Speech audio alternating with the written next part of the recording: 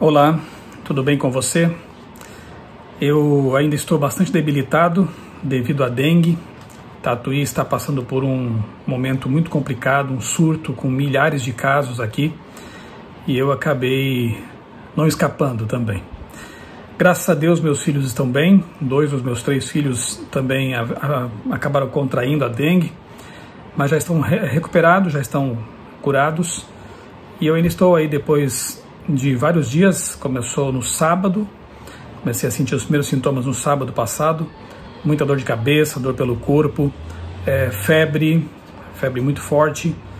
Hoje estou ainda com um pouco de fraqueza, náuseas, enfim, é mais ou menos esperado aí pela evolução dessa doença. Mas eu não queria deixar passar em branco essa semana no que diz respeito à lição da Escola Sabatina. Eu fiz aqui meu canal durante todo o trimestre comentários a respeito dessa lição tão bonita, tão maravilhosa sobre o livro de Isaías, do profeta Isaías. E eu não queria deixar então passar essa semana em branco sem comentar o último tema aqui da lição, que é justamente a renovação do planeta Terra. Um tema tão bonito, um tema tão cheio de esperança. O livro de Isaías é uma espécie de miniatura da Bíblia, já vimos isso. Ele traz aqui textos messiânicos maravilhosos sobre Jesus. Ele apresenta a divindade de Cristo de modo muito claro. Ele apresenta, finalmente, a renovação do nosso planeta, apontando para o futuro, quando não mais existirão doenças, morte, dor, perdas. O trimestre acabou, estamos para começar um novo trimestre, a próxima lição já está aqui comigo. Não sei se você já fez planos aí para ter a sua também com você. Será sobre a aliança, a promessa, a aliança eterna de Deus. Um tema imperdível, também muito importante. E o mais legal é que o tema da lição dos jovens do próximo trimestre também será sobre aliança. Então os comentários que você lê, que você assiste aqui no meu canal também, eles valerão para as duas lições, porque os temas então serão correspondentes. Neste trimestre estivemos estudando aqui, os jovens, o livro de Romanos, ok? Uma lição muito boa também. Você já percebeu que a lição dos jovens, ela está diferente, ela traz aqui muitas novidades, os temas estão mais aprofundados. Quem estudou realmente percebeu e está bem animado. Eu tenho recebido, a Agatha e eu, que somos os editores da lição, temos recebido feedbacks muito positivos, e isso nos deixa felizes, porque o trabalho que nós temos feito com a lição tem resultado em coisas positivas, né? Então, faça planos aí de ter a lição para este trimestre que começa, sobre as alianças, tanto a de jovens quanto a de adultos, porque os temas estarão realmente muito bons. Bem, antes da oração, quero pedir mais uma vez que você se inscreva no canal, se ainda não o fez, acione o sininho para que você possa receber as notificações de novas postagens, e se gostar do vídeo, compartilhe, por favor. Lamentavelmente, neste vídeo não estarei em minhas melhores condições. Eu vou fazer aqui um resumo bem breve também, para não gastar muito tempo. E agradeço de antemão já as muitas pessoas que têm orado por minha família e por mim também, por minha recuperação. Se Deus quiser, em breve estarei plenamente recuperado e pronto aí para retomar todas as minhas atividades normalmente. Vamos orar? Amado Deus, bondoso Pai, muito obrigado, Senhor, por esta lição sobre Isaías, que foi uma bênção, foi um grande alimento espiritual para nós ao longo deste trimestre. Ajuda-nos a fixar em nossa mente, em nosso coração, as verdades importantes que estudamos neste livro especial da Tua Palavra, o livro de Isaías, e que essas verdades possam nos motivar em nossa caminhada rumo à Canaã celestial, a terra renovada, conforme o tema que estudamos essa semana. Senhor Deus, perdoa os nossos pecados, abençoa os amigos que estão acompanhando este vídeo e usa-me também agora ao recapitular brevemente essa lição. É o que eu te peço e te agradeço, em nome do Senhor Jesus. Amém. Vamos então ao texto, aos textos principais propostos pela lição dessa semana, para que nós estudássemos essa semana aí.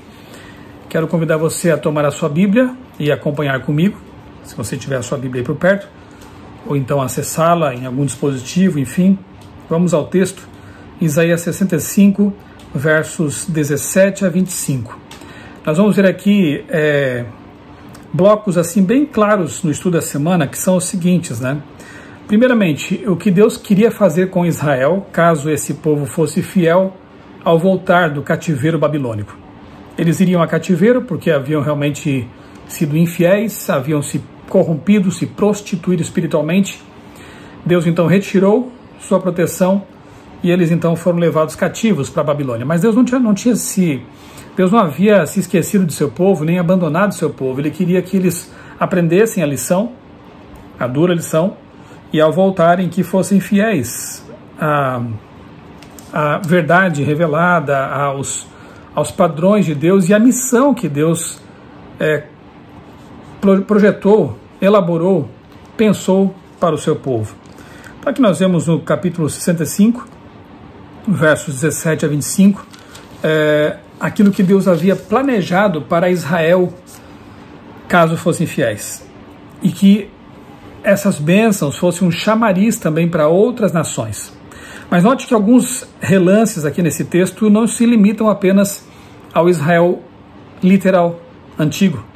Existem aqui alguns lampejos já do que Deus também planejou para o futuro Israel, que envolve todas as nações que se agregarem, aceitarem o plano de salvação de Deus. Eu vou ler aqui com vocês então, a partir do verso 17, o seguinte: Pois eis que eu crio novos céus e nova terra, e não haverá lembrança das coisas passadas, jamais haverá memória delas. Exultem e alegrem-se para sempre no que eu crio, porque eis que eu crio para Jerusalém alegria e para o seu povo exultação. Eu me alegrarei por causa de Jerusalém, exultarei no meu povo, e nunca mais se ouvirá nela nem voz de choro, nem de clamor. Não haverá mais nela criança que viva somente alguns dias, nem velho que não complete seus dias, porque morrer aos 100 anos será morrer ainda jovem, e quem pecar só aos 100 anos será amaldiçoado. Note que aqui nós já vemos então um detalhe que só pode ter relação com Israel literal, porque na eternidade não haverá morte, obviamente, né? Na eternidade não haverá doença, velhice. Então, o plano de Deus é que eles desfrutassem da vida até a velhice e pudessem viver de forma longeva e abençoada. Só que, claro, mesmo que vivêssemos 1 milhão de anos num mundo relativamente bom, ainda assim não seria o suficiente, porque eu imagino que Adão e Eva, mesmo lá com seus 900 e poucos anos, ao se aproximar da morte, não devem ter encarado isso com alegria, com tranquilidade, talvez, não sei. O fato é que, mesmo com tantos anos, séculos, as pessoas, elas se sentem, não se sentem felizes ao ver a vida findar. Claro que muitas vezes é um descanso neste mundo de pecado, sofrimento e miséria, né? Só que essa insatisfação com a morte mostra que nós não fomos criados para morrer. Nós somos criados para viver eternamente. É como Adão e Eva deveriam ter vivido se não tivessem pecado. E todas as pessoas, todos os seus filhos também vivessem para sempre. Então, ainda que nós vivêssemos 100 e tantos anos num mundo mais ou menos bom, ainda assim não seria o suficiente. Portanto, essa promessa aqui ela é parcial. Continua assim o verso 21. Eles construirão casas e nelas habitarão, plantarão vinhas e comerão do seu fruto. Não construirão para que outros habitem, nem plantarão para que outros comam. Porque a longevidade do meu povo será como a da árvore, e os meus eleitos desfrutarão ao máximo as obras de suas próprias mãos. Não farão o seu trabalho em vão, nem irão gerar filhos para calamidade, porque são a descendência dos benditos do Senhor, e os seus filhos estarão com eles. Antes mesmo que clamem, eu responderei. Estando eles ainda falando, eu os ouvirei. Agora presta atenção no verso 25, se já não é um lampejo de uma nova existência, uma nova realidade. O lobo e o cordeiro pastarão juntos, e o leão comerá palha como boi. Pó será a comida da serpente. Não se fará mal nenhum dano, não se fará mal nem dano algum em todo o meu santo monte, diz o Senhor. Então, para que o leão possa comer plantas, assim como o cordeiro, e o lobo brincar também com o cordeiro, isso envolverá muito mais do que apenas uma bênção a uma terra que deveria ser um chamariz às nações, isso envolverá uma mudança estrutural, uma mudança fisiológica, uma mudança de comportamento total.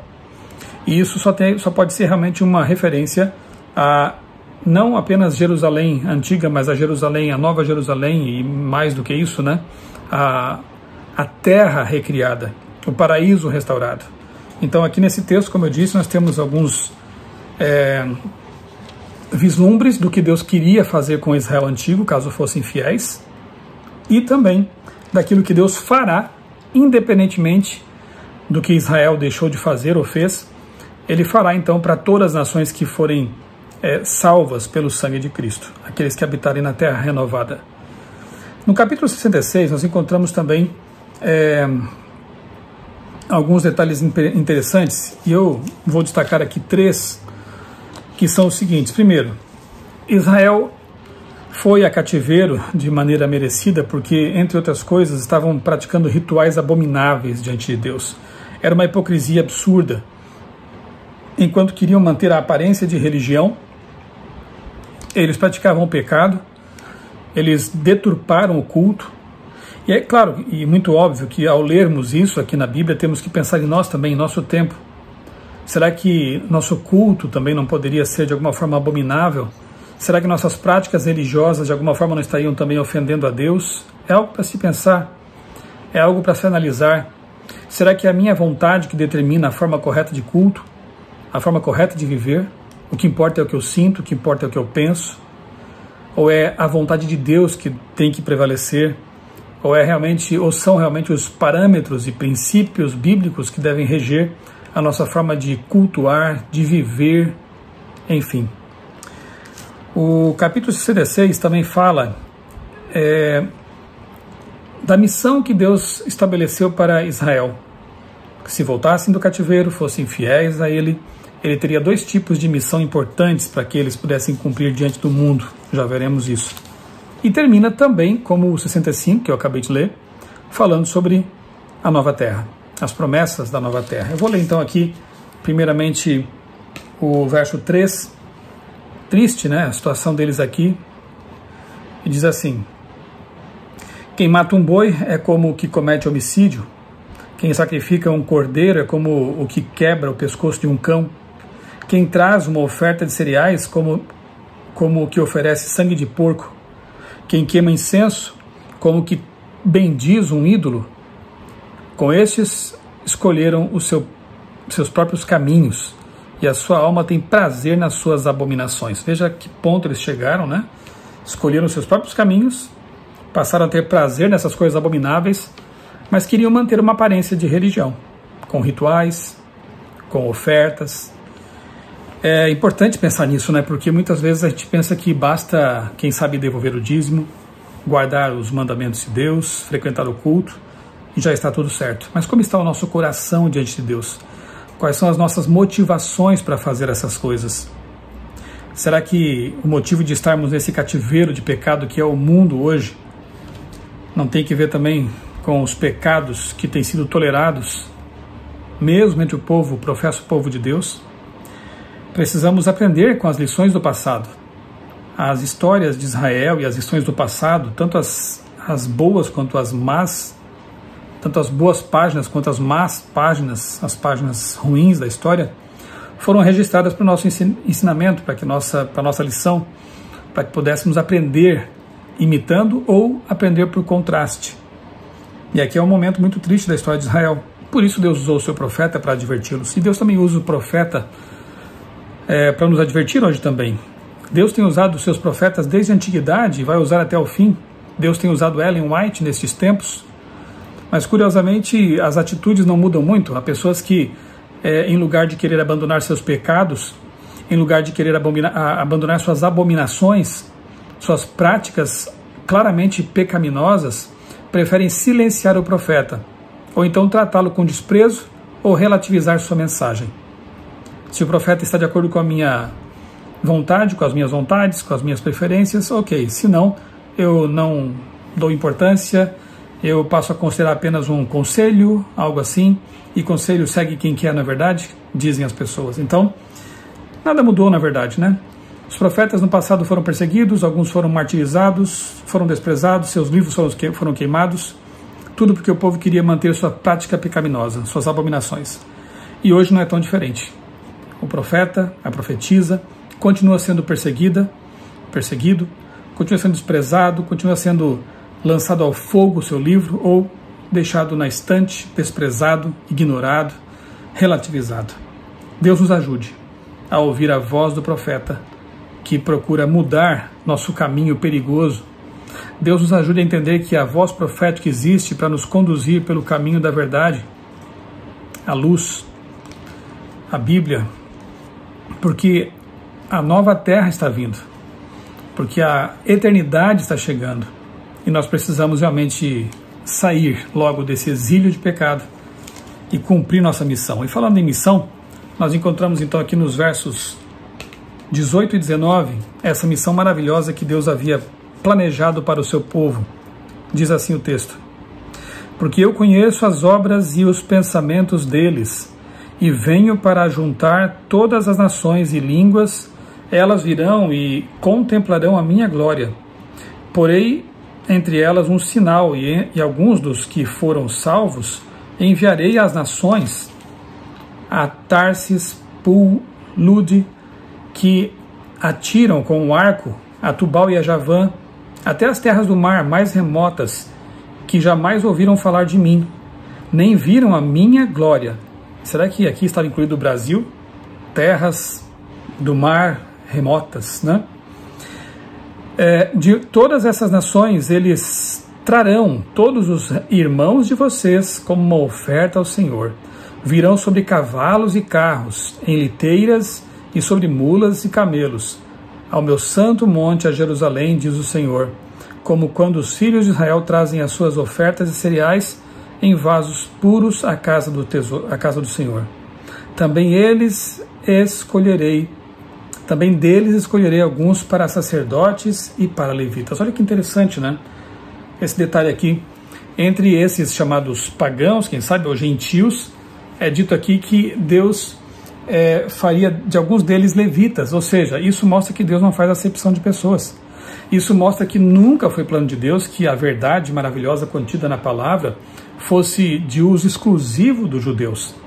Na verdade, Deus quis usar os judeus antigos como um mostruário de sua graça, de seu poder, de suas bênçãos, para atrair pessoas, atrair nações a Ele. E queria que alguns desses resgatados, desse povo de Deus fiel, fosse também às nações, levando a mensagem de esperança e salvação. Portanto, nós vemos aqui os dois métodos evangelísticos, né? O de fora para dentro e de dentro para fora, né? Que as pessoas vissem em Israel algo de que elas também quisessem ter na vida delas, bênçãos em todos os sentidos, mas que também esse povo fosse alcançar aqueles que estavam longe, distantes, né, como missionários. Hoje não é diferente, né? Se nós pensarmos bem, Deus também quer que sua igreja seja um mostruário de amor, de paz, de bondade. Ele quer que as pessoas vejam em nós seres humanos bondosos, acolhedores. Ele quer abençoar sua igreja com saúde, com prosperidade, com bênçãos de vários tipos, para que as pessoas possam se perguntar por que aquela família é tão feliz, por que aquelas pessoas são tão saudáveis, por que aquelas pessoas são especiais e diferentes, o que há de diferente nelas? E nós possamos então responder: nós temos um tesouro maravilhoso, não porque nós sejamos diferentes ou especiais, mas esse tesouro é que nos faz diferentes e especiais. Esse tesouro é Jesus. Então que as pessoas sejam atraídas para o Evangelho por meio de nossas igrejas, de nossas famílias, de nós mesmos. E o evangelismo, obviamente, do ide. Ide e pregai o Evangelho a toda criatura, batizando-os em nome do Pai, do Filho e do Espírito Santo. Nós temos que ir também às pessoas, temos que alcançar nossos vizinhos, nossos amigos, nossos colegas. Se não for possível nesse momento de maneira presencial ainda, mas quem sabe virtualmente. Eu recentemente postei em meu canal aqui, eu vou deixar o link na descrição, um vídeo com o título Isso Mudou Nossa Vida. É um estímulo para que você se envolva na missão de pregar o Evangelho. Como dar estudos bíblicos online? Esse vídeo trata disso, traz dicas muito importantes. Por que não usar agora a internet que está à nossa disposição gratuitamente? Não sei por quanto tempo ainda estará, mas ainda está, essa janela está aberta. Deus abriu uma janela, escancarou uma janela para nós. Vamos aproveitar essa oportunidade? Vamos falar da verdade que liberta? Vamos falar da volta de Jesus? É o que Deus espera de nós também, como esperava dos antigos judeus. E finalmente, o capítulo termina então, aqui novamente, falando sobre a promessa futura. Eu quero ler para você aqui os versos 22 e 23. Porque assim como os novos céus e a nova terra que hei de fazer estarão diante de mim, diz o Senhor, assim também estão diante de mim a posteridade e o nome de vocês. De uma festa de lua nova a outra, e de um sábado a outro, toda a humanidade virá adorar diante de mim, diz o Senhor. Veja que aqui estão previstas 2 reuniões na nova terra, portanto já na eternidade. Uma delas é, obviamente, a reunião semanal do sábado. Para quem achava que o sábado teria prazo de validade, tem que reconsiderar essa ideia, porque na verdade o sábado foi dado lá na criação, antes de haver judeus, antes de haver qualquer outro povo na terra, só havia Adão e Eva. Então em Gênesis capítulo 2, versos 1 a 3, nós vemos ali Deus pausando a sua obra criativa e abençoando, descansando e santificando o 7º dia, não o 5º, não o 6º, não o 2º, não o 1º, o 7º dia. E esse mandamento ele vem lá do Éden, atravessa toda a história. Os patriarcas guardaram o sábado antes de haver nação judaica. Os judeus guardaram o sábado porque era o povo de Deus, e o povo de Deus é fiel aos seus mandamentos. Os profetas guardaram o sábado. Jesus guardou o sábado, os apóstolos guardaram o sábado, mesmo após a morte de Jesus. Maria, mãe de Jesus, e as outras mulheres fiéis guardavam o sábado. Apocalipse diz que o povo de Deus, nos últimos dias, estará guardando os mandamentos de Deus, e entre os quais está o sábado. E Isaías nos diz que na eternidade o sábado continuará sendo o dia de cultuar a Deus de modo muito especial. Porque o sábado é o memorial da criação, o dia que aponta para o Deus Criador. Muito bem. E haverá outra reunião aqui que tem que ver com o ciclo lunar. Estudiosos e teólogos entendem que essa reunião aqui de lua nova outra, ou seja, de mês em mês, tem a relação com a reunião para comer do fruto da árvore da vida, que no Apocalipse é dito que dá seu fruto de mês em mês. Então possivelmente seja essa reunião aí para comermos do fruto da árvore da vida, símbolo da vida eterna e da nossa dependência eterna de Deus. E finalmente, encerrando então o livro de Isaías e o capítulo 66, há uma nota grave aqui, uma advertência séria, porque quando Deus fala grosso é para que nós acordemos de nossa situação.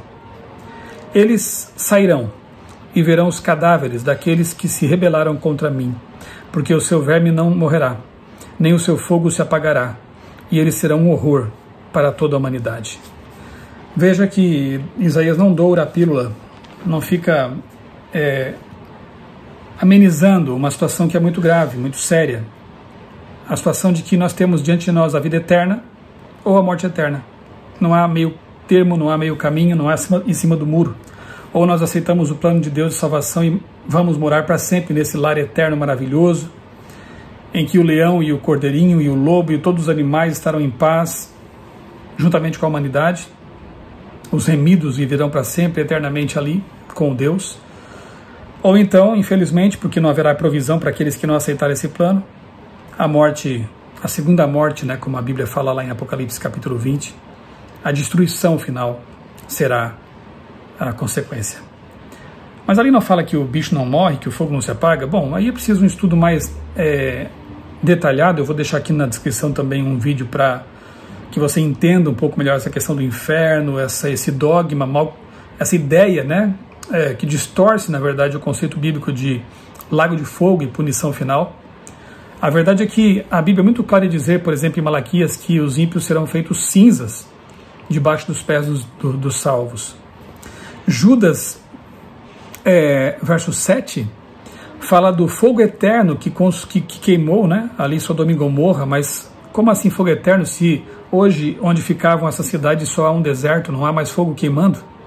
Portanto, a Bíblia é muito clara em dizer que o eterno não é a duração, mas sim a consequência desse fogo destruidor final. Aqueles que queimarem ali não voltarão nunca mais. É eterno porque não há mais retorno. As consequências são realmente eternas. Apocalipse 21 deixa claro que não haverá mais morte, nem pranto, nem dor, nem clamor, nem nada disso, porque essas primeiras coisas passaram. Se não haverá mais dor, nem clamor, não poderá haver um inferno queimando para sempre, porque senão ali haveria dor, clamor e todas essas coisas. Então, a proposta de Deus é vida eterna ou morte eterna. Qual vai ser a nossa escolha? Que Deus nos ajude a abandonar as abominações que possam estar sendo cometidas no meio do seu povo. Que não sejamos nós os promotores dessas abominações. Que Deus nos ajude a nos envolver na missão de levar avante essa mensagem salvadora, para que um dia, em breve, possamos estar para sempre com o nosso Criador, com nossos queridos, no lar eterno, para nunca mais nos separar daqueles a quem amamos. Vamos orar? Amado Deus, bondoso Pai, muito obrigado, Senhor, por essas promessas que encontramos em Tua Palavra. Ajuda-nos, Senhor, a ser fiéis, a viver à luz da verdade que nós conhecemos e dá-nos forças para cumprir a missão que temos até a volta de Jesus. Porque é em nome dele que nós te pedimos e agradecemos. Amém. Um grande abraço, que Deus abençoe grandemente a sua vida, a sua família e que permaneçamos fiéis até o grande cumprimento das profecias da Bíblia.